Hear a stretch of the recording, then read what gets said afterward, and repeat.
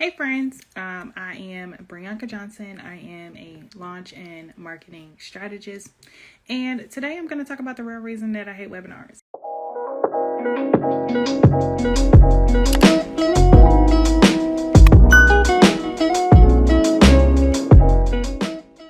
So let's talk about it.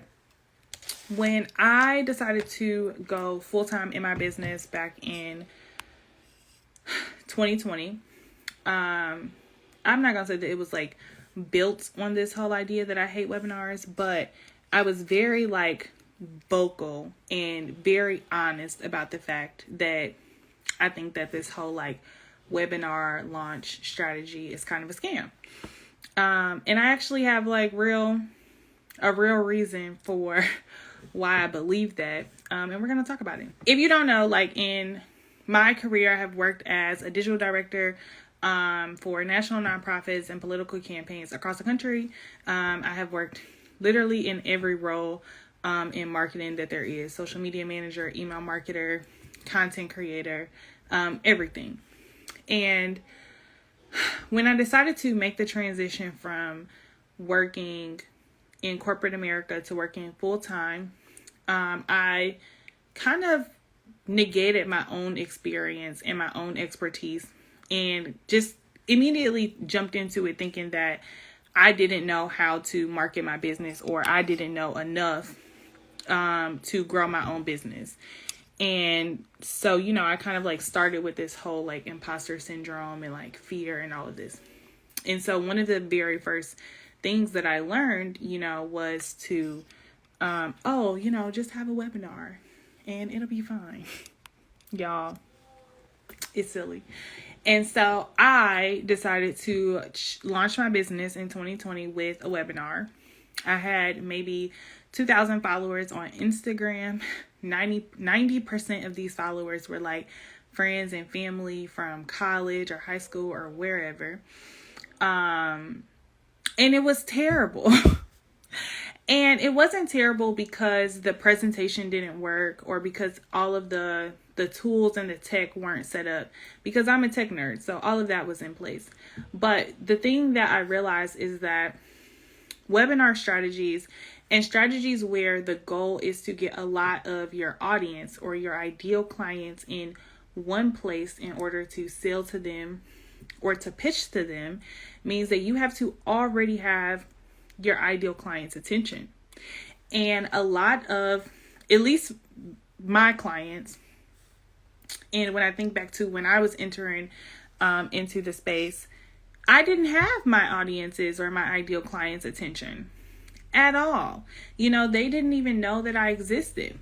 I had not been properly positioned online. I was not consistently showing up on social media or doing any of the things. I was new. I was entering into the market. And the thing that I really want you to take away from this presentation is having an authority building event is all about having your audience's attention, right? And commanding their attention and having trained them to take action, right? And to know when to take action and to know, if I show up for this person, I will receive, X result or, Y reward. And so that's the whole premise behind this whole webinar thing. It's that if I am able to get all of my ideal clients in one location and educate them and then pitch to them, they will, enroll into my program or buy my service or buy my product or whatever. But the problem with this thinking is that the people who are often signing up for these webinars, especially when you have been in business for less than 2 years and you do not yet have an active or an engaged audience, are not your ideal clients, and or they are not someone who is ready to purchase from you. A big part of the success of a webinar is being able to command the attention of your ideal client and bring them to the webinar. But when you've been in business for less than 2 years, or you haven't shown up consistently in your business, or you are not positioned as an expert, or you are a new or a beginner, out here in these internet streets, these ideal clients ain't checking for you, boo. And so one of the things that I teach and I tell my clients all the time is that when you are a new or a beginner entrepreneur, the name of the game is visibility. The name of the game is not webinar. Webinars, when you really look at it and you really think about who these webinars are working for, it's not Brenda who just started her business 2 years ago or just started her business 3 months ago or 6 months ago. No, it's the people who have 10,000, 20,000, 50,000 followers, who have been consistent online for years, who have built up an active and engaged audience, who hang on to their every word and engage with every post. It's not Shorty who's getting 4 likes on a photo. When I was talking about the fact that I hated webinars, everyone was so invested, right? And like excited, like, here goes Brianca, like, she hate webinars, she talk about it all the time. But they weren't really paying attention to why I don't like webinars. The funnel is a key point, right? The funnel is a key part. But if you don't have enough people at the top of the funnel ain't gonna never work. It does not matter how good the email sequence is, friends, or how good the segmenting and the targeting is. It does not matter what platform, whether you go with MailChimp or Active Campaigns or it don't matter if you cannot command your audience's attention and bring them to the top of the funnel. And that's the part that we have to talk about. Like, people want to tell you or sell you that the webinar is the top of the funnel. That's not the top of the funnel. That's the middle of the funnel. That's right here. Right. That's right here.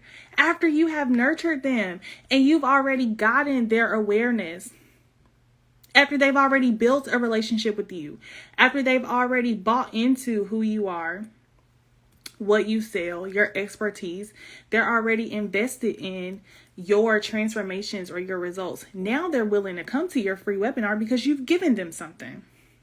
But if you ain't gave them shit, if you've been inconsistent in your business, or you're new to your business, or you're trying to figure it out, and you want to come out the gate and get 50 people or 100 people on a webinar, baby, the math don't math. And so it's not that I just flat out hate webinars. I think that they are a good strategy, I guess, for people who are not new entrepreneurs, for people who have been in business for 2 or more years, or people who have an active and an engaged audience, for people who can get the people to turn out for the event. If the only people on your webinar are your friends and your mom and your aunt, somebody who ain't gonna pay the invoice, then the efficacy of the webinar is moot. It didn't work. It did not do what it was supposed to do. So, community first. Exactly. You have to build that audience first. You have to position yourself as an expert. You have to share your story. You have to get consistent with your content. You have to be able to educate your audience and even entertain them if that's your thing, right? But you have to be able to bring them to your platform consistently and be able to keep them coming back before you can say, all right, come to this thing where everybody and their mama know that you're about to sell to them, So you do have to start with community first. This sham, in my opinion, sham of giving away your valuable information for free to hoodwink somebody at the end to enroll into your program, does it make sense?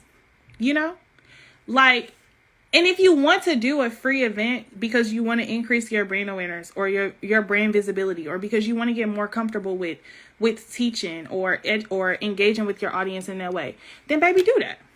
But don't think that the only way that you are valuable is if you give away your information for free And that's the only way that they will buy into your offer. Because here's the inside scoop. A lot of the people who are joining these free webinars, who are signing up for them, are not attending them because they don't have any skin in the game. They have not paid for anything. So if they attend or if they don't attend, it's no skin off of their back. It doesn't harm them or hurt them in any way because they don't have to show up. They don't have to stay on the whole time for your pitch. There's no incentive for them to come and be active and engaged because they haven't paid for anything. Anybody, any Sam, Joe off the block can just sign up. And the other part about this is, if anybody can sign up for your event for free, then are you doing what the webinar is supposed to do, which is gather your ideal clients into one place? If anybody can sign up, right, then who's to say that the people who are signing up for the free event are the people who will buy your service? If you have a $5,000 offer and you want to take them from a free webinar to a $5,000 offer, don't you want to make sure that they can at least afford the investment? That they're ready to make an investment, that they find value in making an investment for that transformation. Listen, think about the number of times you've given away, like, oh, let me just help so-and-so. And then they don't show up for the cause, or they don't take it seriously because they didn't pay anything. It's the same thing with these webinars. And so this is my whole qualm about it. I just think that when you are new, like let's say you've been in business for 1 to 2 years, you're trying to establish yourself as an expert. You're trying to position yourself in your industry or in the marketplace and really generate the leads that you need at the top of your funnel. So that way your business can be viable and profitable, right? If that is what your goal is, then it's not that you should be out here pimping yourself out for free, because that's what it is. It's not that you should be out here on a 2-hour webinar with 4 followers who may or may not pay you and your mother. We should be using your time more wisely, using your investment of your expertise more wisely, right? We should be focused on you penetrating your ideal client groups, getting in front of the people who will pay you, leveraging your expertise to be more seen in your industry, to show up as the expert that you are, to be consistent with your content, to build the audience and the community around your expertise or around your framework. But we can't do that if you're spending 4 months trying to build out a webinar event that may or may not convert because you don't have the active and engaged audience that you need. And so this is why I hate it. And I can talk all of our ears off about this all day long because I despise it. And I really despise it because there are so many entrepreneurs who I know who come into marketing thinking that the way to market their business is to have a webinar. And it's a lie.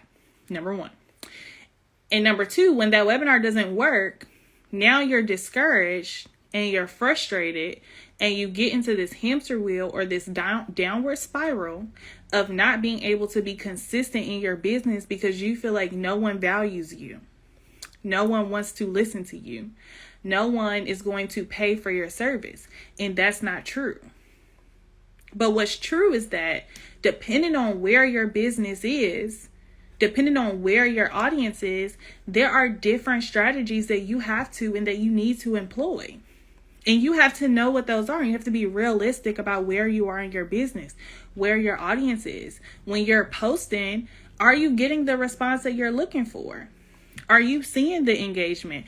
Is your lead magnet doing what it's supposed to do and converting for you? Are people subscribing for it? Are they staying on your email list? Are you actually emailing them?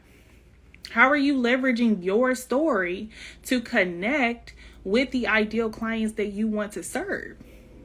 All of that is important to the success of the funnel. Y'all be trying to skip steps and go host a webinar, and you ain't did none of the foundational work. You haven't shared your story. You haven't positioned yourself as an expert. You haven't engaged with your audience or even thought deeply about who your ideal client is. And if you have not done any of these things, having a webinar can't save you. And people who tell you that it will are lying. And that's just the meat and the bones of it all. And so when I decided, to talk openly about the fact that I don't like webinars and I'm not doing them, I'm not teaching it, and I don't teach webinars. Not my clients, very few of them host any type of webinar, and 90% of them host paid launch events, because what are we doing? But when I decided to talk openly about that, one of the things that I went back to was like my corporate experience. So in corporate, how do we market new products, right? How do we market new services? How do we get in front of the communities that we want to get in front of? And a large portion of my work was dedicated around underserved and minority communities. A lot of that work was rooted in community. It was rooted in, this is the organization that I work for, that I serve. This is what our mission is. This is how we want to help you, or how we want to serve you. And we're going to do that in these 3 ways. What do you need help with, and how can we support you? It was rooted in that positioning of service. And that's the part that everybody wants to skip. You want to be seen as an expert, but you don't want to share your expertise.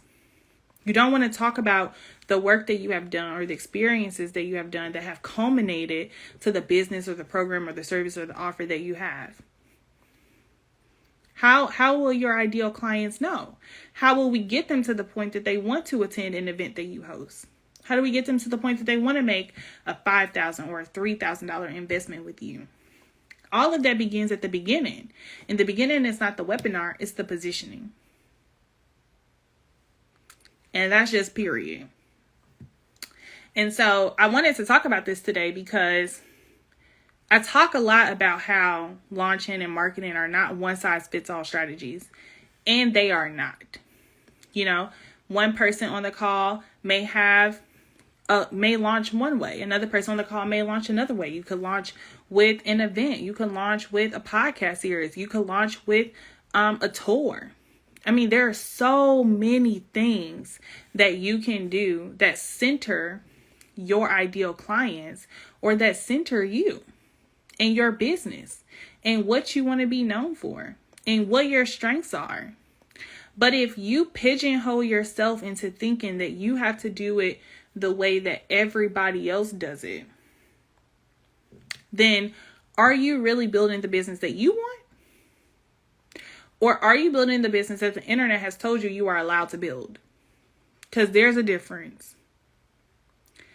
So when my clients come to work with me, one of the very first questions I ask them, what if you could have everything that you wanted in your program or your offer or your service, what would it be? Because it's not one size fits all. There is no right or wrong. There's simply, this is what I want to do. What do I need to do to make it happen? And then what does the system need to look like on the back end to support, what my vision is? And that's exactly what I teach in the accelerator. We do not focus on, this is the way to launch, have a webinar, or this is the way to launch, have a checklist. That's stupid. We focus on, what is it that you want to accomplish in your business or with your offer? And how do we do it? Using this framework. We talk first about positioning yourself as an expert, because if no one knows that they can trust you, they're not going to pay you. Next, we talk about building that community and nurturing your audience, because being consistent online, showing up, sharing your expertise, sharing your story, connecting it, resonating with your ideal clients, and getting their investment to care about what it is that you do is so important. And if you're not able to build that community, you're not going to see the conversion that you want.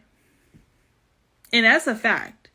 And so the very next thing that we work on is building that audience, priming that audience, getting them ready to purchase and to work with you and excited to work with you and to trust you. And then once we have all of that, then we get into planning your launch, your marketing, setting up your tech, building out your system, reflecting on your launch, all of that. But the reason that it's the very last step is because you cannot plan a launch without the positioning, without the nurturing, without the community. You can't just come into my program and think that you're going to launch tomorrow, because the answer is no. That foundational work is so important, and I will not let you skip it, because this is how launches fail. And then you're discouraged and you're frustrated and you're angry. You ain't finna be angry with me, because I'm going to give you all I got.